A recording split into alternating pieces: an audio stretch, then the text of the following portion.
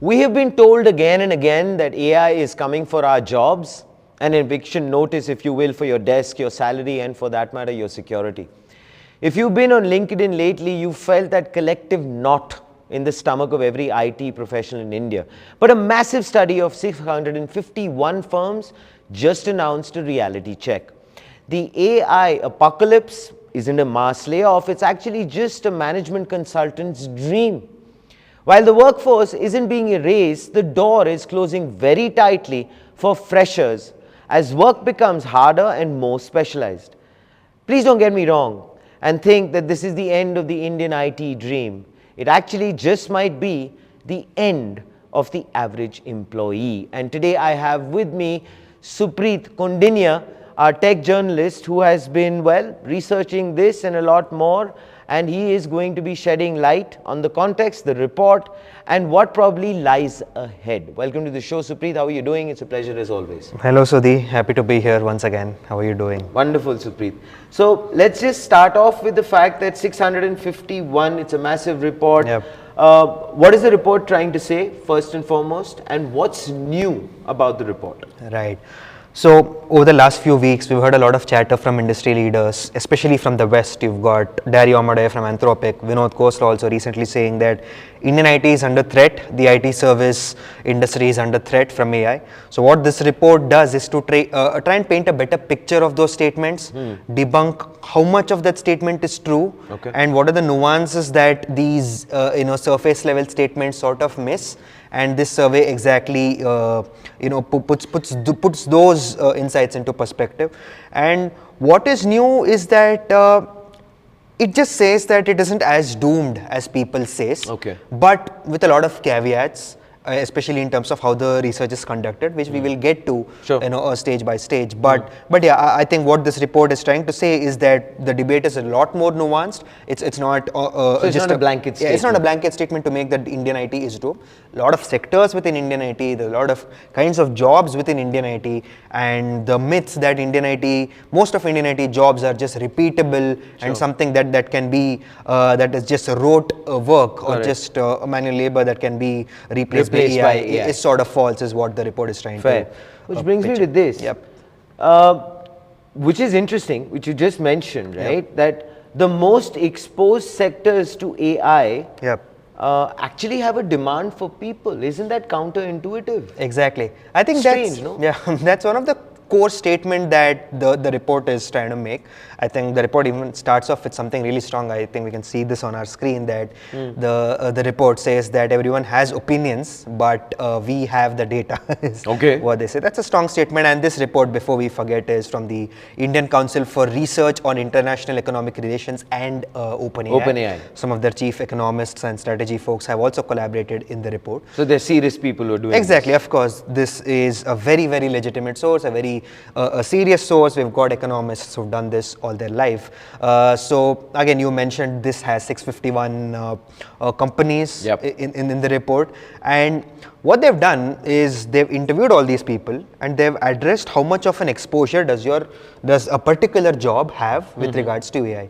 Exposure in the sense how much it can impact in terms of productivity increase, in terms of reducing the work that a human has to do, whether it's a certain part of it or end to end. And this figure too, as our viewers can see on our screen, shows that statisticians and mathematicians or app developers, database administrations, basically a host of software engineering jobs receive the highest exposure. Give me a few numbers, Supreet, if you don't mind, just for my reference. Right. For example, if you were to say that 1 is the lowest exposure and 5 is the highest exposure to AI, statisticians and mathematicians have an average exposure, a mean exposure of 3.86 out of 5. Wow, that's high. That's pretty exposed. You got app developers, database designers, and computer network administrators, and basically software engineers, all upwards of 3 and 3.3. So they're pretty much exposed to AI, right? It's like being exposed to radiation in a way.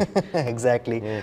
But the thing is, the interesting aspect that even the researchers say that they were surprised is that when they asked people, the industry leaders, okay, you say that these sectors are exposed to AI, how much has the hiring demand dropped or increased? Surprisingly, they found that the demand or the requirement for people in these sectors that were highly exposed to AI were also high, right?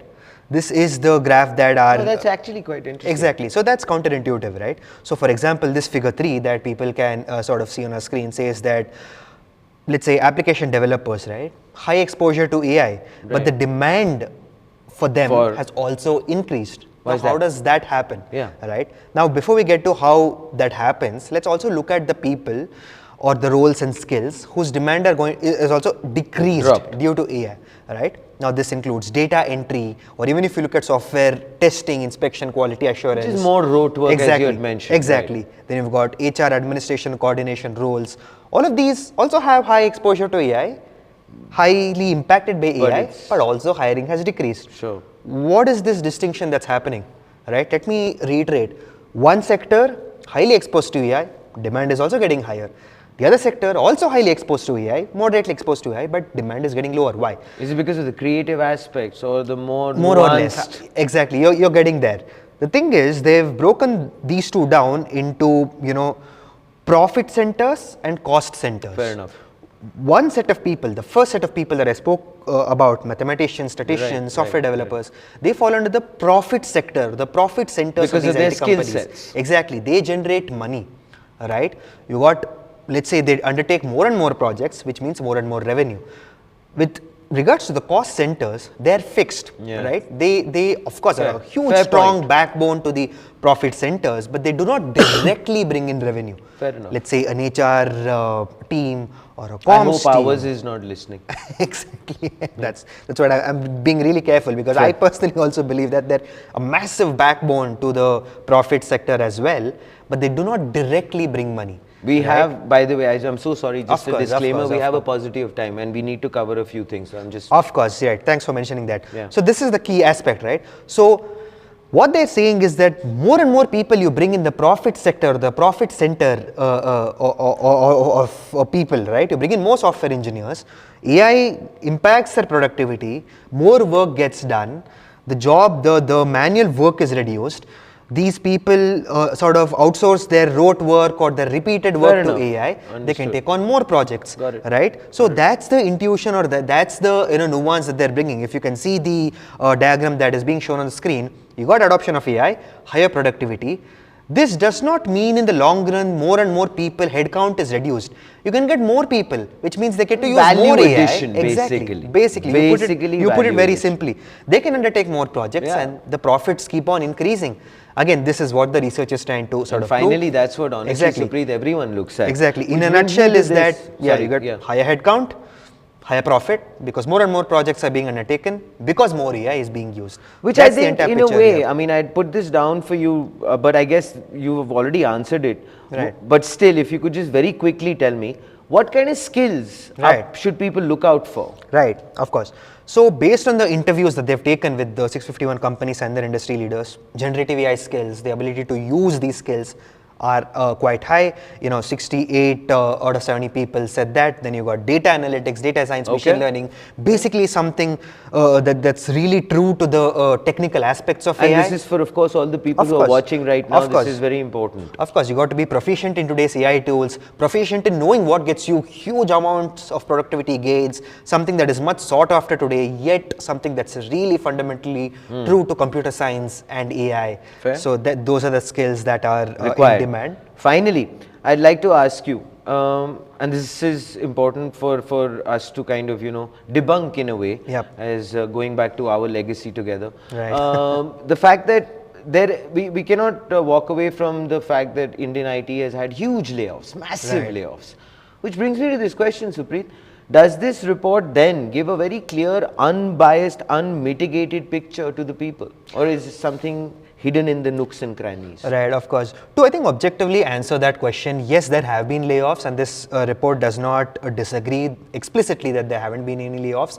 It does say that demand has declined for specific roles like manual quality assurance or software testing, unless we clearly have a picture of what those layoffs in Indian IT specifically, what roles they were for. We cannot correlate as to whether this report is being truthful to it or not, or if it just misses that nuance. Fair point.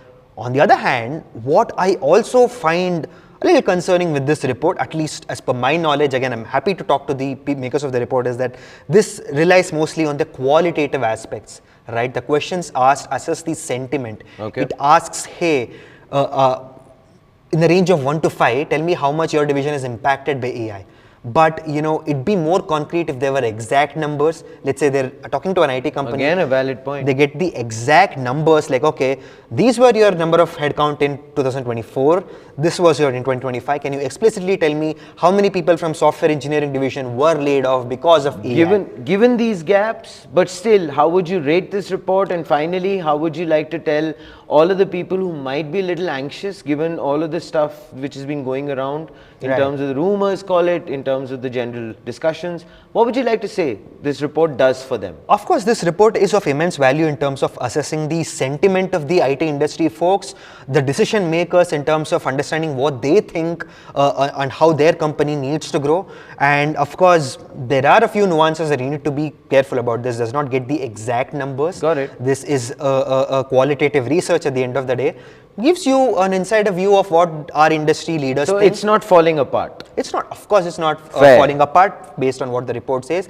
But of course, we need more and more IT leaders to be more open, again, if they can be, because they're dealing with publicly listed companies out here, in terms of what the layoffs were, whether AI actually disrupted it, and by how much. Until we have those numbers, we cannot paint a black and white picture. But this does give you a good idea of... Can we summarize this, Supreet, finally by saying this in one line?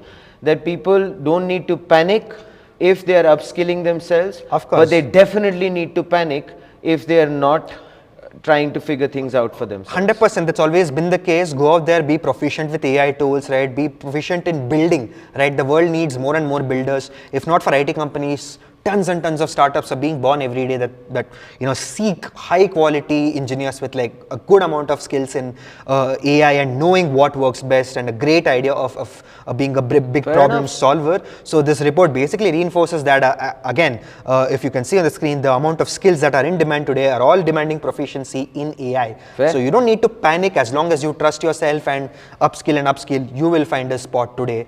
Fair but enough. yeah, Indian IT is not falling apart as per this report, given how they also want to invest in generative AI and associated tech. Got it. Well, as always, Supreet has made his points quite elaborately. And all I have to say to everyone who's watching, please become a part of the profit center of a company. Upskill yourself. And I guess what is being frowned upon right now is mediocrity. This, ladies and gentlemen, is, well, front page by the AIM network. Like, share, subscribe, and always remember, think AI, think AIM.